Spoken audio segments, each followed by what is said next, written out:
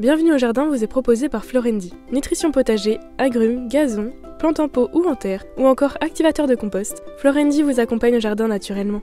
Ayez la main verte avec Florendi. Prendre soin de son jardin n'a jamais été aussi facile avec Oriange 3 en 1, la nouvelle innovation Solabiol. Grâce à la technologie de l'hydrodistillation, Oriange 3 en 1 utilise toute la puissance de l'huile essentielle d'orange. Sa formulation permet de combattre efficacement les insectes, les acariens et les maladies en neutralisant leurs cellules. Oriange 3 en 1, c'est le geste simple pour prendre soin de son jardin. Insectes, acariens et maladies, un seul produit et c'est fini. Vous n'avez pas la main verte? Alors prenez-en de la graine avec nos paroles d'experts.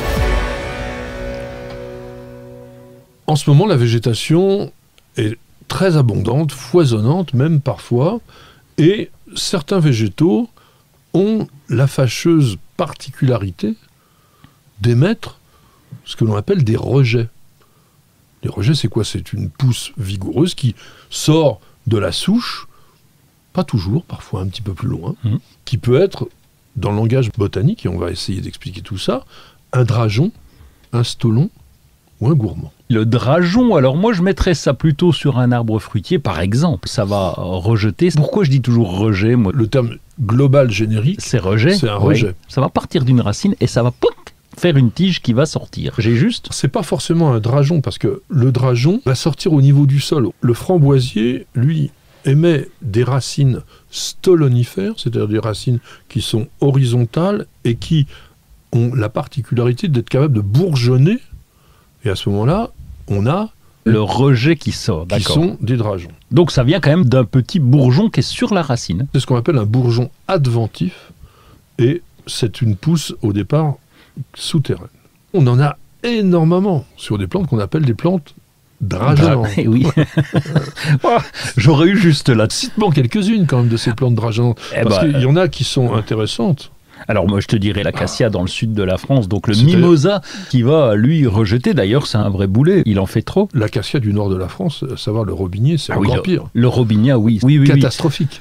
On l'utilisait en taillis. Le taillis qu'on coupe tous les 30 ans, c'est parce qu'on fait des barrières avec cet acacia, ce robinia pseudo-acacia. Nous on en a un très très beau, très près de notre jardin, un magnifique arbre. Mais à 10 mètres du tronc, c'est-à-dire donc sur toutes les racines fasciculées, les racines longues, ça rejette de partout. C'est un arbre fait une forêt, quoi. Oui, c'est ça, pratiquement. On en a un qui est pratique, c'est le noisetier. Ah, oui. Parce que là, on peut faire des tuteurs. Là, moi, j'adore mon noisetier, il y en a partout. Coup, le lilas, quand même. Hein. C'est un problème, le lilas, d'ailleurs. Hein. Ouais, ça peut devenir lourd aussi. Il y en a un qui est encore pire au niveau du problème, c'est le sumac de Virginie. Oui, le rustifina, alors là. On est presque dans la plante, pas envahissante, oui, mais pas loin quand même. Hein. Elle n'est pas invasive, parce qu'elle ne va pas se multiplier partout, mais elle est envahissante sur le lieu où elle se trouve. Oui, ça c'est sûr. L'élande qui, lui, fait partie des plantes invasives. On en parlera un jour aussi de ça. L'argousier, donc l'Hypophae rhamnoides, tout ça, ça fait vraiment, vraiment beaucoup de drageons. En botanique, c'est assez facile de voir si une plante est drageonnante, parce que son nom d'espèce est particulier. Stolonifera. Voilà. Moi, le Cornus stolonifera. C'est ça, oui. En plus, il connaît tout, c'est formidable. Je suis le meilleur en cornoyer stolonifère. Il y a l'amélanchier aussi stolonifère, l'amélanchier stolonifera. La saxifrage stolonifère que l'on cultive en plante d'intérieur, qui est assez marrante. Ça fait des petites feuilles arrondies, bicolores, et puis il y a des longs fils comme ça, puis après on a des bébés un petit peu partout. Ça peut s'ancrer dans le sol, tout simplement. Il y a un palmier stolonifère, Chamaedora stolonifera, et puis au niveau du gazon, on utilise l'agrostyle stolonifère qui fait un tapis très très dense, justement grâce à ces stolons. Il y a même un cactus. Echinocactus stoloniferus, qui est aussi... Alors, il fait des touffes, la plante principale, puis après vous en avez autre. Comment est-ce qu'on va essayer d'empêcher une plante de drageonner? C'est compliqué parce que c'est dans sa nature quand même. Oui, il faudrait ne pas toucher les racines, ne pas bouger, mais quand tu les as, les machins, il faut bien les couper quand même. Quand tu as ton acacia ou ton robinia pseudo-acacia, comme tu le disais, il y a un moment, tu vas pas te laisser envahir au niveau du gazon, donc il va bien falloir couper, tondre, enfin faire quelque chose. Alors il faut essayer d'aller les chercher vraiment sur leur point de naissance. Ça peut abîmer un peu la plante parce qu'on va couper aussi les racines. Certains disent qu'il faut pailler, mais le paillage, ça ne sert pas à tout. Non. On a un cerisier d'ailleurs qui lui aussi fait des rejets au niveau des racines. Le seul moyen, c'est de couper les racines. Oui, parce qu'en fait, il est sur merisier. Oui. Le merisier, lui, est naturellement drageonnant. Et Il faut savoir une chose, c'est que plus vous les coupez, plus ça Plus il y en stimule a, ouais. la plante mère de en faire d'autres. Il y a les bambous Ah ouais, aussi qui sont... Philostachys aurea, merci. Hein. Notamment, Ah aurea, mais enfin, la plupart des Philostachys.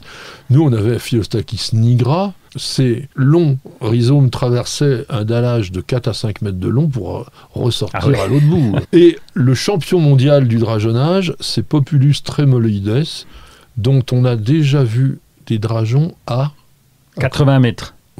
80 mètres. Truc de fou, ça. Hein. C'est un truc de dingue. Alors ça veut dire que les racines sont allées à 80 mètres. Oui, bien sûr. Bien sûr. L'utilité d'un drageon, c'est que lorsqu'il est séparé de la plante mère, ça devient une plante autonome. Donc c'est une manière de propager. Je vous le déconseille parce que c'est hyper facile, notamment sur les framboisiers lilas, tout ça, vous le coupez, vous en refaites des petits et vous en donnez à tout le monde et après vous avez des drageons partout parce que plus vous drageonnez et plus ça drageonne. Après, il y a les stolons. Alors c'est quoi les stolons? Les stolons, c'est comme sur le fraisier, si ma mémoire est bonne. Exactement. Hein. Ça fait des tiges et au bout, pop, Il y a un bébé, le fraisier, il y a d'autres plantes, le chlorophytum, Ah oui, le la chlorophytum. phalangère, il y a la fameuse Saxifrage stolonifera dont on parlait, le chien-dent, il y a plein de graminées comme ça qui sont aussi avec des stolons. On va terminer cette chronique avec les gourmands, puisque ça fait partie aussi des rejets. Et que sont les gourmands? Tiens, sur le rosier, le gourmand, il part du porte-greffe. Et il fait une tige sur le porte-greffe parce que lui, en dessous, il n'a pas envie de nourrir l'autre qui est au-dessus. Donc il se dit, attends, moi, plutôt la famille. Et donc il fait pousser des gros rejets qui ont une couleur de feuilles d'ailleurs un peu différente, un peu plus mate. Qui sont souvent des feuilles plus petites et même avec plus de folioles. Oui. Sur les rosiers modernes, on a en général entre 3, 5, parfois 7. Sur les gourmands, donc qui sont, comme tu l'as dit, fort justement des rejets du porte-greffe, on a souvent 7 à 9 folioles, Oui. donc plus petites. Il part direct. Et Hein. là, il va avoir plus de vigueur que la variété. Donc là, il faut vraiment aller les chercher et les couper, les éliminer, parce que sinon, vous en aurez tout le temps. Et on terminera avec juste un petit clin d'œil, parce qu'il y a un rejet dont on n'a pas parlé, et qui est très intéressant, c'est le keiki. Eh, keiki, mais oui, sur le phalaenopsis. Voilà, oui, j'adore le nom, le keiki. Le keiki, donc qui fait une sorte de petite plante à l'extrémité aussi d'une tige, enfin souvent sur la hampe florale d'ailleurs, Oui. et vous avez donc une jeune ploutz qui se développe. On vous dit rendez-vous à la semaine prochaine et Bienvenue au jardin.